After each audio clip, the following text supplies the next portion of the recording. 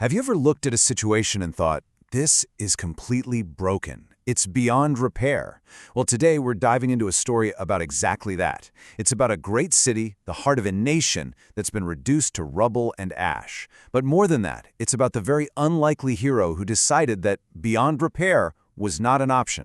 And this is the sentence that changes everything. It's the rallying cry that cuts through all the despair. It's a powerful, simple call to action that takes a broken people and gives them a mission. This is where the story really begins. So, before we get to the rebuilding, we have to understand the ruin. To really get what's at stake, we need to see just how desperate the situation in Jerusalem had become. Okay, let's set the scene. We're talking about the year 445 BC. The city of Jerusalem, which was once this glorious capital, had been absolutely devastated by the Babylonian Empire over a century earlier. Now, some of the Jewish people had been allowed to return, but they were essentially living in a ghost town. The walls were down, the gates were burned, they had no protection, no security, and no honor. So you'd think the person to fix this would be a king or a general or a prophet, right? Nope. The hero of our story is a guy you'd never expect. His name is Nehemiah, and his job is a cupbearer. He serves wine to the Persian king, one of the most powerful rulers on earth. He's safe, he's comfortable, and he's literally a world away from the crisis in Jerusalem.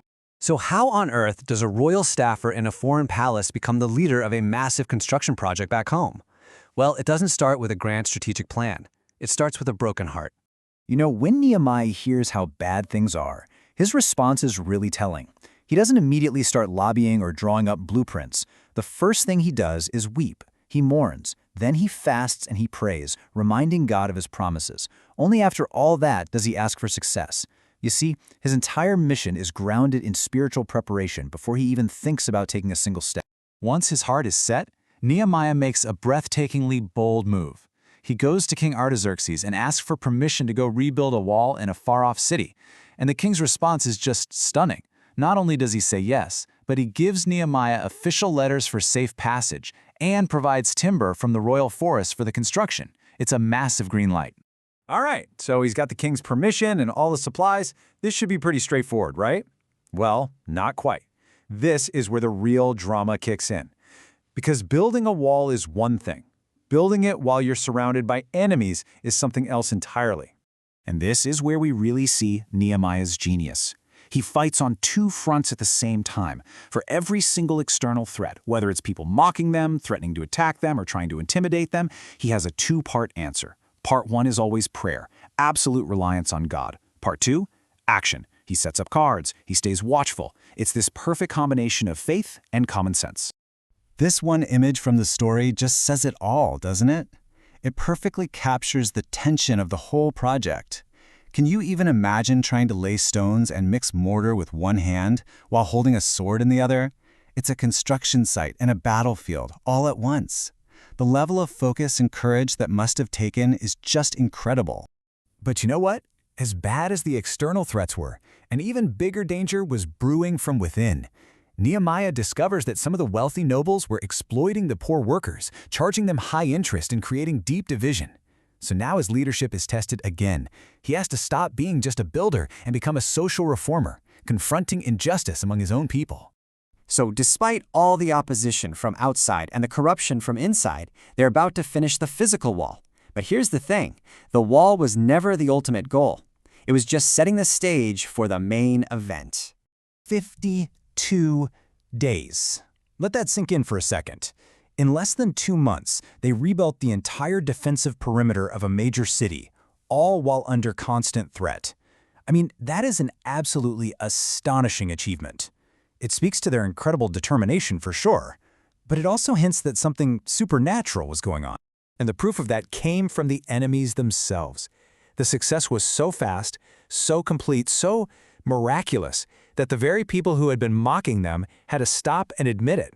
They realized that this wasn't just human effort. A higher power had to be involved. The victory itself was a testimony. And this is the real turning point of the whole book. The wall wasn't the prize. The wall was the prerequisite. It created a safe, secure space where the much deeper and way more important work of spiritual restoration could finally begin. Now we get to the real mission. They've restored the stone, now it's time to restore the soul of the nation. The focus is about to shift from the physical city to the spiritual identity of the people living inside it. And this revival wasn't just some random emotional event. It was a very intentional, structured process. First, everyone gathers to hear the word of God read out loud. That leads to this powerful moment of conviction, where the people weep and confess their failures. Then, they formally renew their covenant, their promise to follow God. And only then do they celebrate with this massive, joyful dedication of the brand new wall. Right in the middle of all that weeping and confession, Nehemiah drops this incredible truth bomb. He tells them, "The joy of the Lord is your strength." He basically reframes their entire experience. He's saying that their grief isn't a weakness. It's the foundation for a whole new kind of strength, a strength that comes from understanding God's grace and returning to Him. But this story doesn't just end with a perfect happily ever after, because life isn't like that. Sometime later, Nehemiah has to come back to Jerusalem. And what does he find? People have slipped back into their old bad habits. The temple is being misused, the Sabbath is being ignored. It's a mess. It's such a real-world reminder that renewal isn't a one-time fix. It takes constant vigilance. So what's the big takeaway here? It's a powerful lesson that God can use ordinary people, a cupbearer, a builder, to do absolutely extraordinary things. And, maybe even more importantly, it teaches us that rebuilding anything on the outside, whether it's a city or a community, is pretty meaningless unless you first rebuild the heart on the inside. And that's really why this ancient story still matters so much. It leaves us with a pretty challenging question to think about. What are the broken walls in our own world, in our own communities, maybe even in our own lives? And who's being called to pick up a tool in one hand and a weapon in the other to start the hard, necessary work of rebuilding? Thank you for watching. Please like and subscribe. It really helps us.